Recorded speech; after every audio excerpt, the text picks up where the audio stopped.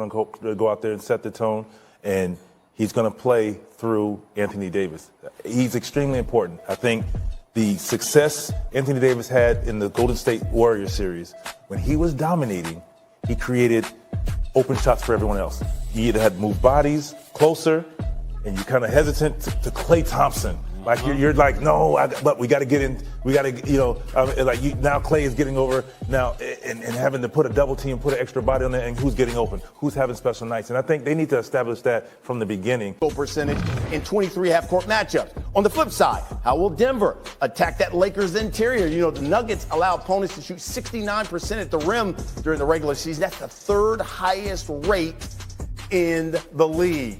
Back here with Vince, I got Jay Will, I got Alan Hahn here. Okay, Jay, so how does AD does he really need to outplay, you think, Jokic to make it, the Lakers to make it to the Western Conference Finals? Well, defensively, I don't think you're going to see AD guard Jokic a lot in the series. I think you'll see guys like Rui. I think you'll see guys like LeBron James. I think they'll be a little bit concerned about trying to keep AD out of foul trouble. And I do think AD is best defensively when he can kind of play a free safety, maybe come over from the weak side and block shots. He'll get his fair share, don't get me wrong.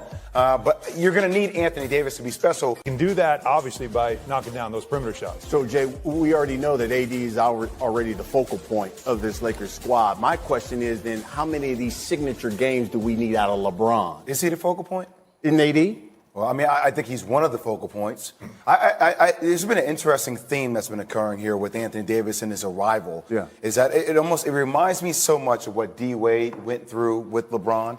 VC, remember that time when it was almost like D. Wade was like, no, LeBron, take the torch. Mm-hmm. Right. It's your team. And I feel like we're watching LeBron do that with AD. But I do feel like as we get deep into these playoffs, these are the moments that are set up for LeBron. So then, Alan, if you look at the Nuggets, what do you say is their Achilles heel that AD and the Lakers can take advantage of? Yeah, well, we showed it there. Second Spectrum tells us so. At the rim protection, right? I mean, 70% shooting at the rim. So what you want to do is the Lakers, if they can make threes, which they do at a pretty decent clip here in the playoffs, have to spread out the Nuggets, keep that paint open, and then just attack with Anthony Davis. And you also want to attack Jokic. You want to get him in one-on-one situations as best you can. Find ways to keep going at him and keep him busy.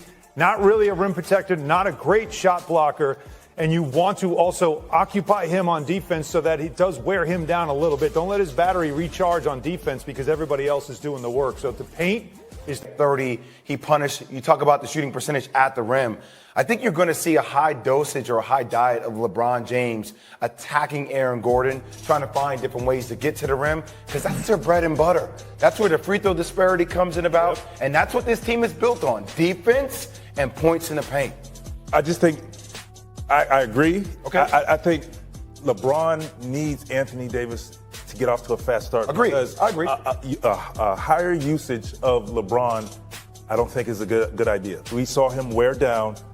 We didn't get much of him after that overtime victory against the Grizzlies. He kind of ran out, didn't have any gas left for Anthony Davis to get started because LeBron at any time can take over a basketball game. When he feels like, no, I got you, but it's my turn. Let me put my stamp on this game. And you could do that, though. I mean, if I'm AD, I'm watching tape of DeAndre Ayton, and I'm saying, okay, Jokic beat DeAndre Ayton down the court. Are you kidding me? Right. I'm going to beat him down the court every single time. I'm going to post early. I'm going to establish myself. I'm going to make him work defensively, which hopefully can take his legs away offensively. And I'm going to add real fast, putting Jokic in multiple screening actions, but he has to guard multiple actions. Occupy him. It's important because in his mind, the lob threat that he's going to get. This is your first question. Should the Warriors run it back? What do you think? 1,000%. I mean, look, at the end of the day, Draymond is special for this team. Klay Thompson, we'll see if they can get somewhat of a discount on him, considering they have the Wiggins contract, the Poole contract. But if you're Joe Lacob, I don't see how you don't have these three players retire wearing Golden State Warriors uniforms. They deserve it. They are the key cogs to the franchise. They should finish their careers in the Bay Area. How about this? Jason Tatum, Jimmy Butler. Who do you trust more? Game on the line. Game on the line. Hey, bro, I get it. LeBron is always the focal point because he's LeBron. He's the brand, right? But in a series like this, in a series like we've seen already in the playoffs for the Lakers, LeBron is that guy that will finish. He's Mariano Rivera. He's the closer. Like when it comes time to get one, all right, now LeBron shows up and closes the deal. But Anthony Davis needs to be established early and often in this series for several reasons. One, to make sure that he's got it going. And secondly, to keep Jokic busy. So that's why that is the focal point matchup. Listen, this is why we got Jay Williams in here. He's our closer. Duke, North Carolina. He's our closer in here. So if that's the case, I will humbly pass the baton. I know you go. Bro, come on, man. That's why we got I'm you not him. He's Timmy Carter. I get it. That's why we got you to shoot the J. Okay, look. I love the upside for Jason Tatum. The upside is so explosive. Yeah. And when I watch Game 7 or I watch the fourth quarter of Game 6, that there's like a Kobe aspect to him offensively that I love. But if you're asking me who I trust in the bigger, grittier moments, I'm going to take Jimmy Butler. How about this one? Should the Sixers and James Harden part ways? What do you think? I mean, that's up to what James Harden wants at this stage of his career. I mean, look, the things he said about Doc Rivers over the last couple of days have been a little bit troubling, right? I frankly am not sure I see Daryl Morey going a different direction. But it all depends upon what James Harden wants his own legacy to be. You know, we always want James Harden to win championships. Maybe James Harden wants to go back to Houston and be that guy that is the pinnacle of the Houston organization and gets his money. I don't know. James is allowed to do whatever James wants to do.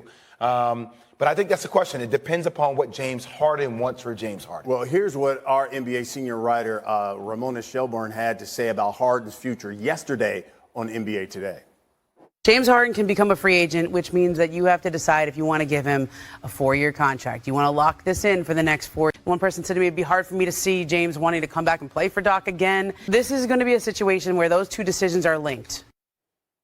All right, so that's what Ramona Shelburne has to say. Alan, what do you think? What needs to change in Philly? One or the other. I mean, it just seems, is it going to be the point guard? Is it going to be James Harden? Or is it going to be the head coach? If you James Harden in his heart of hearts, and Daryl Morey too, would he want Mike D'Antoni in there again? Because he had his best success with Mike D'Antoni and his offense and the way he runs a team, keeping the ball in his hands. 3 minutes and 56 seconds without our MVP not touching the ball.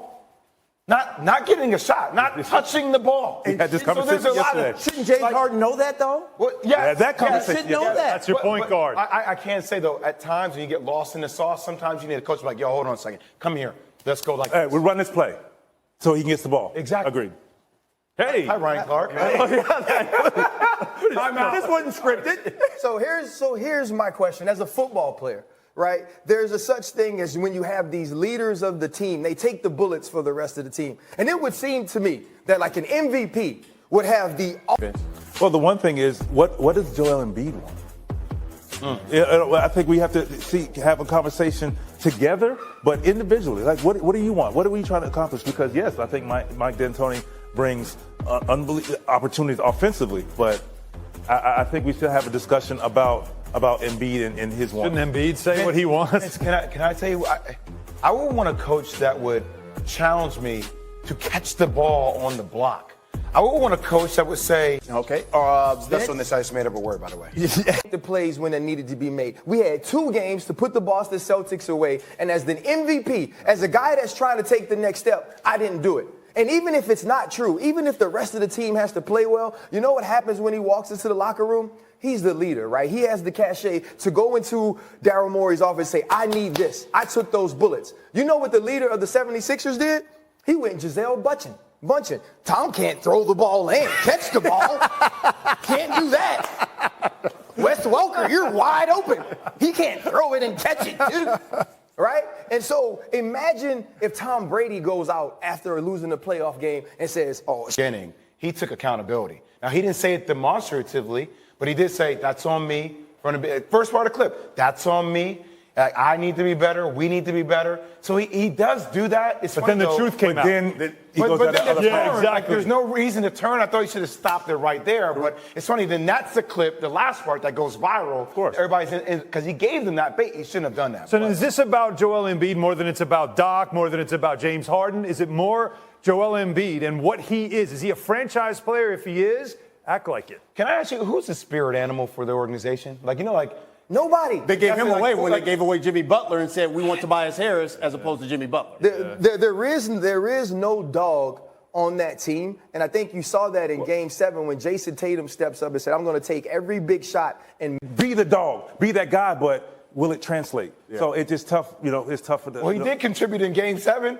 I mean, he gave you points right off the bat. Yeah. Spirit animal is Eeyore. Remember from Winnie the Pooh, Eeyore, oh bother. Eeyore is always so sad. Right? By the way, huge night. NBA tips off NBA count.